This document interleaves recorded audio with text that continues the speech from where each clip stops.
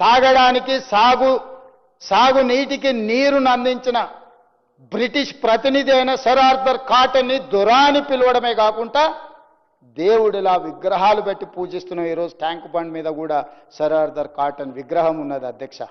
అంటే ఒక మేలు చేస్తే ఎన్ని తరాలైన మరవని జాతి మనది.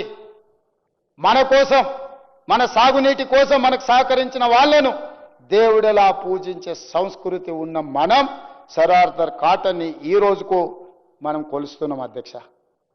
మరి దోసుకోవడానికి వచ్చిన బ్రిటిషర్స్నే, వారి ప్రతినిధిని మనకు నీళ్ళు అందించినందుకు దొరగా దేవుడిగా భావిస్తే, దొరగా పుట్టినాని గొప్పగా చెప్పుకునే చంద్రశేఖరరావు గారు ఆ దొరలో ఒకంతైనా ఈ ప్రజలకు సేవ అందించాలని ఆలోచన చేసినట్టే ఇంత దుర్మార్గమైన కార్యక్రమానికి పాల్పడుతుండేనా?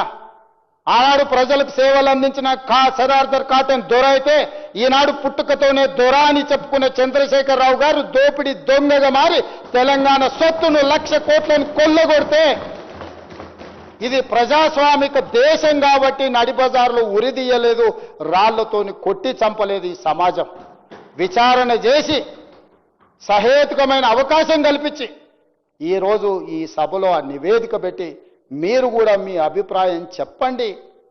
మీ అందరి అభిప్రాయాలు విన్న తర్వాత మా ప్రభుత్వం నిర్ణయం తీసుకుంటుందని మేమంటే, అది కూడా మా బలహీనతగా చర్చ చేస్తే ఎట్లా అధ్యక్ష?